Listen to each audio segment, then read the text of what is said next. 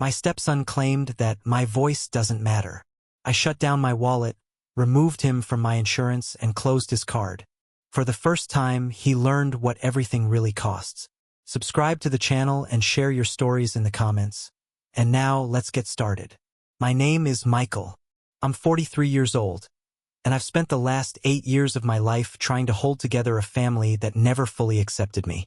Rachel and I married in the late summer, under a wide Texas sky that looked too big to ever contain disappointment. Her children, Josh and Haley, stood beside her that day. Josh was 9, squirming in a too-tight shirt, and Haley was 7, clutching a bouquet she kept dropping. I remember thinking, this is how a new life begins. Messy, nervous, hopeful. Brad, their biological father, didn't show up to the wedding. He sent a text an hour before the ceremony. "Tell the kids I love them. Can't make it." That was his way, love from a distance, responsibility deferred to the next convenient moment. But I told myself it didn't matter. The past was his to abandon. The future was mine to build. And build I did. I became the man who carried the invisible weight no one else wanted to lift. I paid for their school fees, for their braces, for their birthday parties, for every soccer ball and science fair project. I was the one who stayed up nights when they had fevers, the one who showed up for teacher conferences, the one who made sure there was always food in the fridge and gas in the car. I didn't just marry Rachel. I adopted her life, her history, her unfinished story. When we bought our house in Austin 5 years ago, I signed every document, fronted every dollar. The down payment, the mortgage, the insurance, even the furniture, my responsibility, my commitment. Rachel called it our dream home. I nodded, though I knew dreams have landlords, and this one had my name on every bill. I didn't mind. Back then, I believed love was measured not in words but in what you were willing to sacrifice. I worked long hours at a logistics firm, sometimes 12-hour shifts, driving home through the dim sprawl of the city, with my tie loosened and my hands raw from stress.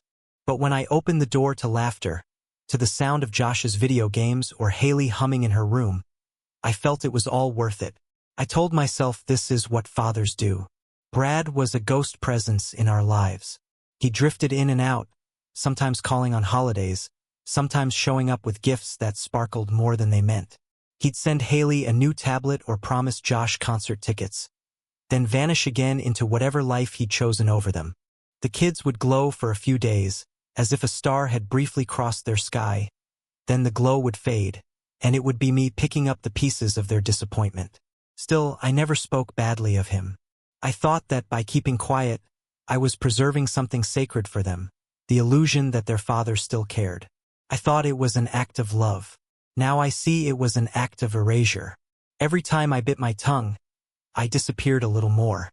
For years, I carried the family like a man pulling a wagon through mud.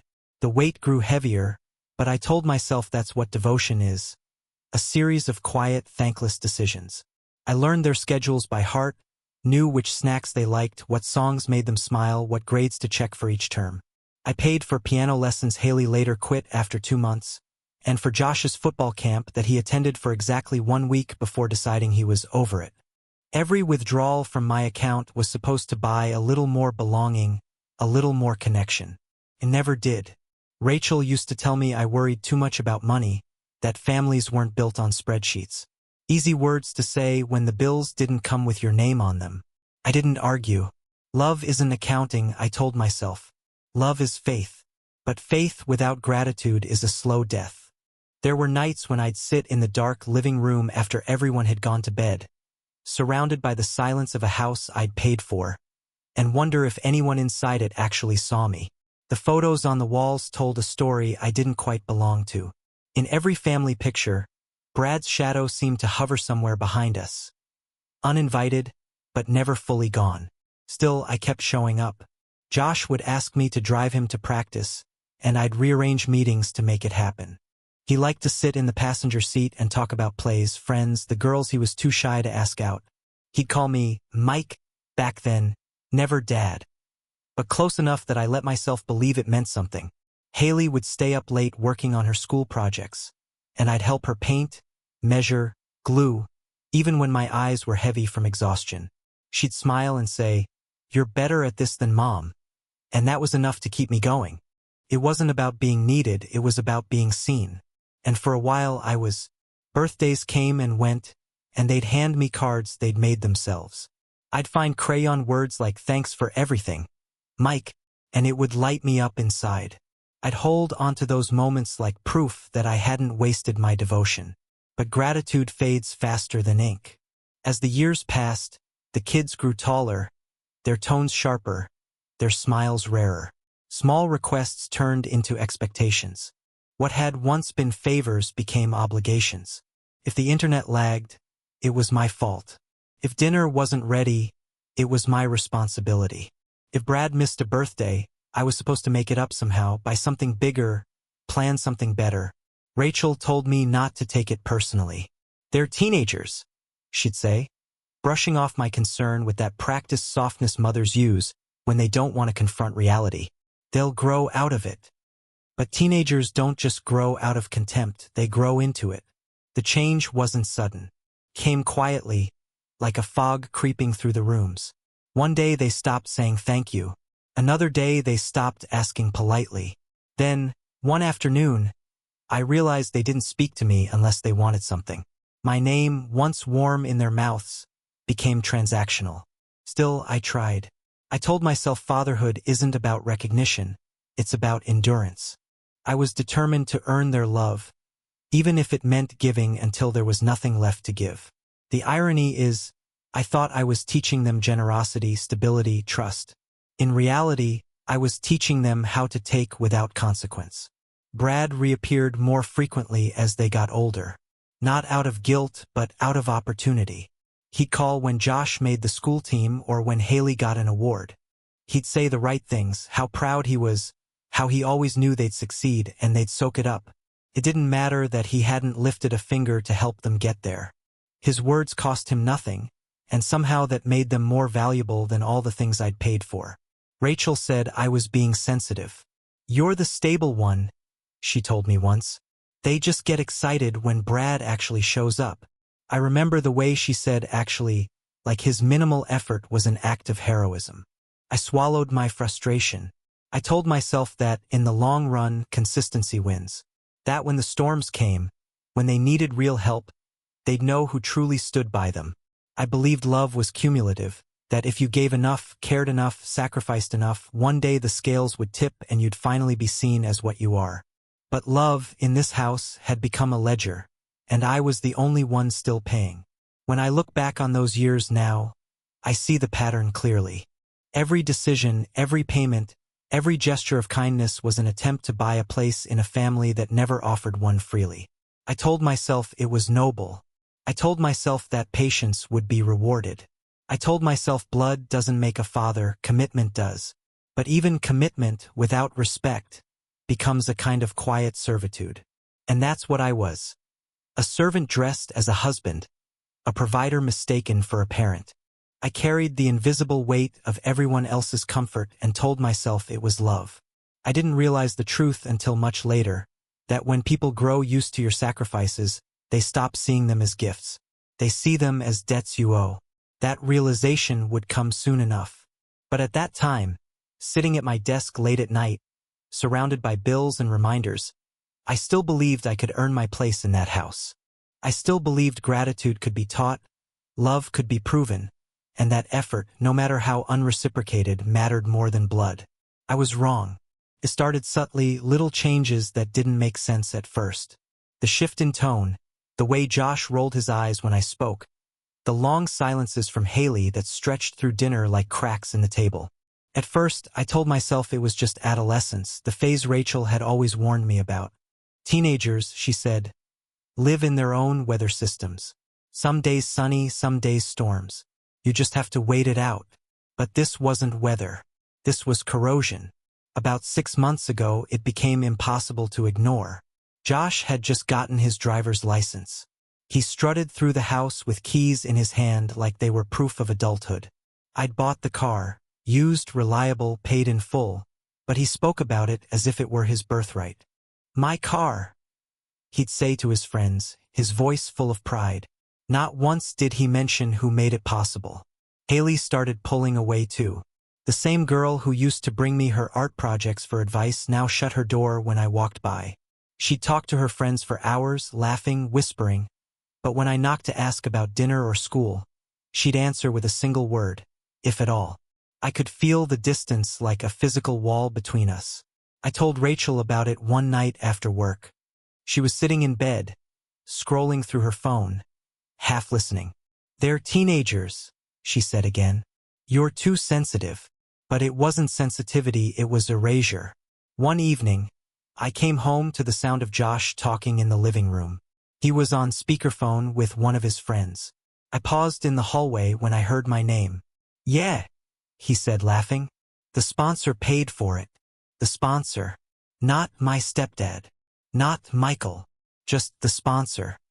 I stood there, invisible, listening as my identity was reduced to a wallet. He talked about me like I was a faceless benefactor, some bank account that happened to live in his house. Haley laughed in the background. I wanted to step in, to confront them, but something stopped me. It wasn't fear. It was the sick realization that this wasn't new. They'd probably been calling me that for months. When Rachel came home, I told her what I'd heard. She sighed, set down her purse, and rubbed her temples like my pain was an inconvenience. "It's a joke, Michael," she said. "Teenagers say dumb things." Her tone made it sound like I was the one being childish. That night, as we lay in bed, I stared at the ceiling while she scrolled her phone again, detached, unconcerned.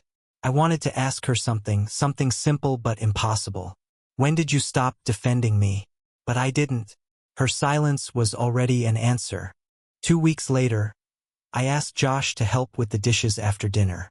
He was lounging on the couch, scrolling through his phone. I said it calmly, not as an order but as a reminder. He didn't even look up. "Why? You can do it." "Because we all live here," I said. "We all clean up after ourselves." He set his phone down, eyes sharp. "Your opinion doesn't count here." Took a moment for the words to land. Rachel was standing right there, drying her hands. I turned to her, waiting for her to say something. Anything. A correction, a defense, even mild disappointment. But she didn't. She just went quiet, staring at the sink as if it might swallow her. That silence hit harder than Josh's words. I left the kitchen without saying a word. But something inside me cracked that night. It wasn't anger, it was realization. I had mistaken tolerance for love, obligation for respect. I was raising children who looked at me not as a man, but as a service. After that, I started noticing every small betrayal. The way Haley would ask Rachel for permission to go out, even when I was standing right there. The way Josh would walk past me in the mornings without saying a word. The way Rachel avoided confrontation like it was a fire that might burn her if she got too close. It all culminated one Friday afternoon. I had taken the day off to handle some insurance paperwork at the bank. When I asked the clerk to update the policy, she smiled and said, "You'll need your dependent's information again. Joshua Carter, right?" "Dependent," I repeated. She turned the screen so I could see it.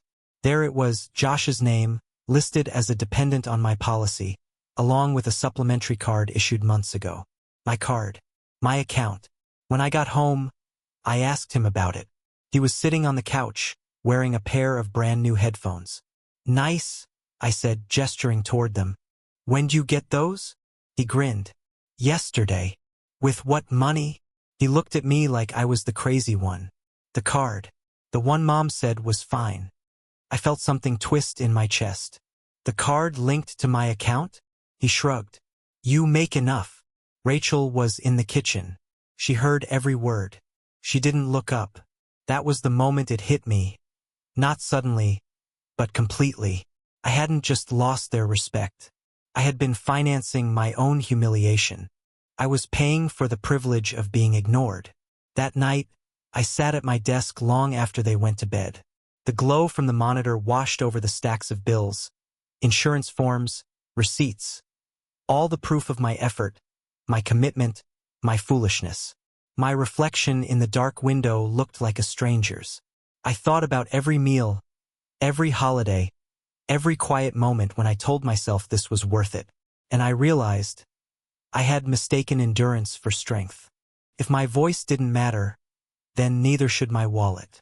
It wasn't a burst of rage.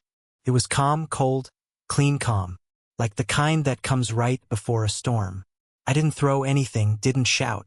I just made a decision. A final, irreversible one. The next morning, I called the insurance company and had Josh removed from my policy. The woman on the phone asked if I was sure. I said yes. I was more sure than I'd been about anything in years. Then I closed his supplementary card. A few hours later, he called me from the gas station. His voice was sharp with panic. "My card's not working. I can't fill up." I kept my tone even. "You'll figure it out." "What the hell does that mean?" he snapped. "It means," I said, "if my opinion doesn't count here, neither does my money." Silence. Then the line went dead. Rachel called me a few minutes later, her voice tight. "What did you do?" "Josh says you canceled his card." "I did," I said, "and I took him off the insurance." "Michael, he's 17, she shouted. "You can't just." "I can," I interrupted. "And I did. Maybe it's time Brad learned what responsibility feels like." She didn't speak for a long time. When she finally did, her voice was low, almost trembling. "You're overreacting." "No," I said. "I've been underreacting for years." That night, the house felt different. Quiet, but not peaceful. Like everyone was waiting for me to apologize. I didn't. Josh avoided me completely. Haley looked uncertain, like she was watching something crumble and didn't know which side to stand on. Rachel moved through the house with tight lips and heavy footsteps, as if every sound I made was an accusation. For once, I didn't care. The next few days passed in silence. Meals were eaten separately, doors closed faster, footsteps heavier. I thought maybe the tension would break with another argument, but it didn't. It broke with something smaller, something honest. Josh came to me one night. No phone in his hand, no smirk on his face. Just quiet, nervous energy. He stood in the doorway of my office and said, "I didn't know how much stuff cost. Like, all of it. The insurance, the gas, the phone bill. I didn't look up from my paperwork." "Now you do." He nodded, staring at the floor. "I'm sorry." The words hung there, fragile. I wanted to believe them, but apologies mean nothing when respect is temporary. Still, I said nothing. Rachel watched from the hallway, her arms crossed, her eyes tired. She wanted me to soften, but the truth was, something inside me had already hardened beyond repair. The morning after Josh's apology, I woke before dawn. The house was still asleep, curtains drawn, the air heavy with that quiet before a storm. I brewed coffee and sat at the kitchen table, staring at the steam twisting above the cup. For years, my mornings had started like this, early, dutiful, steady. I thought that by showing up every day, by being reliable, I could earn a place in their hearts. But the truth had already settled in. I had been reliable, not respected, present but not loved. So I made a decision. Clean one. No shouting, no warnings, no drawn-out speeches. Just an act of balance. That morning, I called the insurance company again and removed Haley as a secondary beneficiary. Then I reviewed every automatic payment tied to the house, every line item where my money quietly upheld their comfort. Josh's fuel card closed. Haley's online shopping account deactivated. Streaming subscriptions, school lunches, phone plans, anything that carried their names was severed. I did it methodically, like surgery. Each cancellation brought a strange calm, a quiet reclaiming of power I hadn't realized I'd surrendered. When I finished, I felt lighter, not happy, just free. Around noon, Rachel came downstairs. Her hair was unbrushed, her face pale from a sleepless night. "You're really doing this?" she asked. "I already did," I said. Her voice broke between anger and disbelief. "You're punishing children for being ungrateful." "I'm teaching them that ungratefulness costs something," I replied. She stared at me, waiting for me to soften, but I didn't. For years I'd been the one bending, apologizing, smoothing over the chaos. This time I stayed still. By evening, the consequences began to ripple. Josh was the first to break. Around 3 o'clock, my phone buzzed, his name flashing on the screen. I let it ring once before answering. "What the hell, Michael?" His voice cracked through the speaker. "I can't pay for gas, my card's frozen. The insurance app says I'm off the policy. What did you do?" I took a slow breath. "I just corrected an error. You told me I had no say in this house, remember? So I assumed that meant I had no obligations, either." "This isn't funny," he shouted. "I can't drive anywhere." "Then you'll have to walk," I said, and hung up. Took him less than an hour to call Rachel. I could hear the muffled argument through the walls. His voice panicked, hers desperate. When she finally came to find me, her eyes were wild. "You need to fix this," she said. "Now." I looked up from my laptop. "No. Michael, he's 17. You can't just cut him off." "I can," I said evenly. "Because I've been carrying him like a man, not a boy. If he's grown enough to tell me my opinion doesn't count, then he's grown enough to pay for his own gas." Her mouth fell open. For a moment, she looked at me like she didn't recognize the man standing in front of her. Maybe she didn't. Maybe I didn't either. The house turned cold after that. Meals became silent rituals. Rachel cooked without speaking. Haley ate quietly, her eyes darting between us like she was afraid the air might explode. Josh avoided me completely. The tension was so thick you could taste it. But beneath the silence, something unexpected happened. Peace. For the first time in years, I wasn't being drained. I wasn't being used. I was simply existing in a house that could no longer take from me without asking. It was both liberating and terrifying. A few days later, Rachel tried one last time. She found me in the garage, fixing the loose hinge on the door. "This isn't who you are," she said softly. "No," I replied. "This is who I've always been. You just preferred the version of me that kept paying." Her lips trembled. "You're breaking this family apart." "No," I said again. "I'm just refusing to fund its collapse." That night, I lay in bed listening to the muffled sounds of their conversations behind closed doors. Josh's angry whispers, Haley's small voice trying to mediate, Rachel's sighs. I almost felt sorry for them. Almost. But pity doesn't rebuild respect. The next morning, something shifted. When I walked into the kitchen, Josh was already there. He wasn't yelling this time. He was quiet, thoughtful, a little ashamed. "I didn't realize how much you paid for," he said. I waited. "The insurance, the gas, even the Wi-Fi," he continued, glancing at the router light blinking red. "I guess I thought that stuff just existed." I nodded. "It doesn't. Someone keeps it alive." He swallowed hard. "I was stupid." "I know." Silence filled the room. For the first time in months, I saw something human in his face, something real. Not defiance, not entitlement, just awareness. "I don't want your money," he said quietly.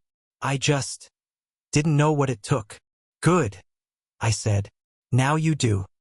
Haley appeared in the doorway holding a mug of tea. She looked at her brother, then at me. Without a word, she set the mug down beside my hand and whispered, "I'm sorry too." Rachel watched from the hallway, tears she didn't bother to hide glistening on her cheeks. For a long moment, we were a family again.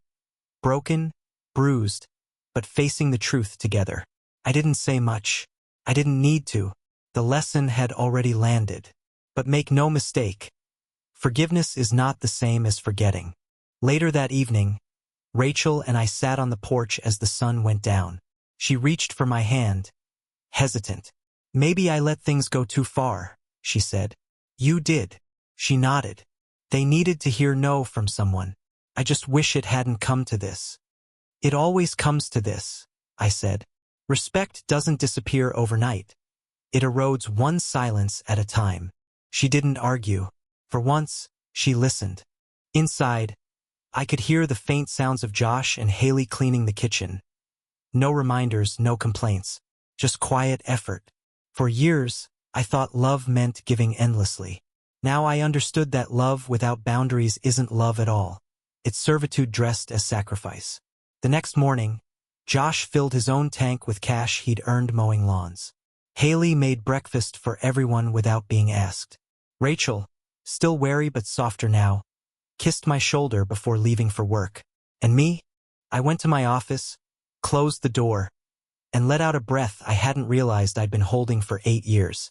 The war wasn't over. Families don't heal in a week. But for the first time, I wasn't the only one fighting for peace. Still, I knew one thing beyond doubt. I would never go back to being the man they could ignore while spending his money. I'd drawn my line and I would hold it. Because if my voice doesn't matter, neither does my wallet. It took weeks for the noise to settle into something that resembled calm. The first few days after I cut them off felt like living in a storm's aftermath. Windows rattling, doors slamming, everyone moving through the house like survivors picking through ruins. But storms always end, and what's left afterward tells you what was built to last. Josh stopped shouting first. Maybe he ran out of anger, or maybe reality finally caught up with him. He picked up a part-time job at a grocery store nearby. I'd hear his alarm at 6 in the morning, the shuffle of his shoes in the hallway, the quiet closing of the door. The first time I saw him come home in that green apron, sweat darkening his collar, I didn't say a word, but something in me softened. He had learned, at least in part, what effort felt like. Haley changed next. Her rebellion had always been quieter, more like withdrawal than defiance. She started spending time near me again, sitting on the porch when I read, helping Rachel in the kitchen without being asked. Once, when she thought I wasn't looking, she tucked a small note under my coffee mug. 2 words written in careful blue ink. Thank you. I kept that note in my wallet. It wasn't forgiveness, but it was recognition, and recognition was the one currency I had been starved of for years. Rachel tried to bridge the gap, moving carefully between us, measuring every word. One evening, she came to my office carrying 2 glasses of wine. You proved your point, she said softly. They understand now. I don't want them to just understand, I told her. I want them to remember. She nodded slowly. You scared them. They needed to be scared, I said. Comfort made them forget who built it. Rachel didn't argue. She sat beside me, her hand brushing mine, a silent truce. For the first time in months, I didn't pull away. That night, Josh knocked on my door. He stood there awkwardly, shifting his weight, holding an envelope. First paycheck, he said, placing it on the desk. For gas money, and for the headphones. I looked at him. Keep it. You'll need it. He shook his head. You paid for everything for years. I should start paying for something. It wasn't much, barely enough to cover a week's worth of groceries, but it meant everything. I accepted the gesture, not the cash. Sometimes humility is the only true repayment. After he left, I sat staring at that envelope for a long time. Not because of what was in it, but because of what it meant. For the first time, he wasn't taking, he was giving. Haley followed her brother's lead. One Saturday morning, she asked if she could help with the bills. I just want to see how it works, she said. So I showed her. I opened the spreadsheet, the mortgage statements, the utility payments. She sat beside me, eyes wide, tracing the numbers that mapped the hidden structure of her life. I didn't know it was this much, she whispered. Most people don't, I said. They only see comfort, not cost. After that, she started turning off lights when she left rooms. Small things, but meaningful. Rachel watched these changes quietly, her expression shifting from guilt to pride, though she rarely admitted either. We had more conversations now, real ones, not just logistical exchanges. She told me she hadn't realized how much she'd leaned on my steadiness, how easily she'd let gratitude erode. You made it look effortless, she said. It wasn't, I told her. She smiled sadly. I know that now, but rebuilding isn't the same as returning. The cracks in trust don't vanish. They just become part of the architecture. A month after everything fell apart, we sat down for dinner together for the first time in peace. No tension, no shouting. The table was simple pasta, salad, a bottle of cheap wine. Josh asked about my day. Haley talked about a school project. Even Rachel laughed. Real laughter, not the strained kind that hides disappointment.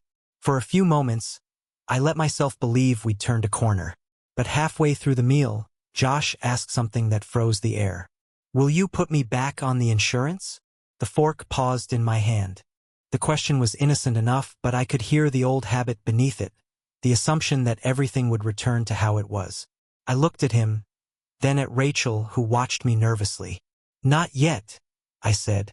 "That has to be earned." Josh nodded slowly. He didn't argue. That silence was the loudest sign of growth I'd ever heard. Later that night, Rachel came to me again. "You were right," she said. "About everything." I didn't answer. Sometimes victory feels a lot like exhaustion. We began setting new rules. Not spoken out loud, but understood. Josh and Haley would cover their own luxuries, phones, outings, hobbies. I'd handle necessities, but with conditions. Respect first, payment after. Rachel agreed. She even suggested opening a joint account for household expenses so that the lines were clear. It wasn't perfect, but it was a start. One evening, I found Haley sitting in the living room, scrolling through old photos on her phone. She looked up and said, "You know, Mom says Brad might visit next month." I froze. "And how do you feel about that?" She shrugged. "I don't know. He's different, distant. I guess I used to think he was cooler than you." I smiled faintly. "That's not hard. I don't play guitar or ride motorcycles." She laughed, then turned serious. "But you stayed. That's cooler now." That sentence, quiet, unforced, felt like redemption. The visit from Brad came and went. He arrived late, left early, brought gifts that glittered under the wrong kind of light.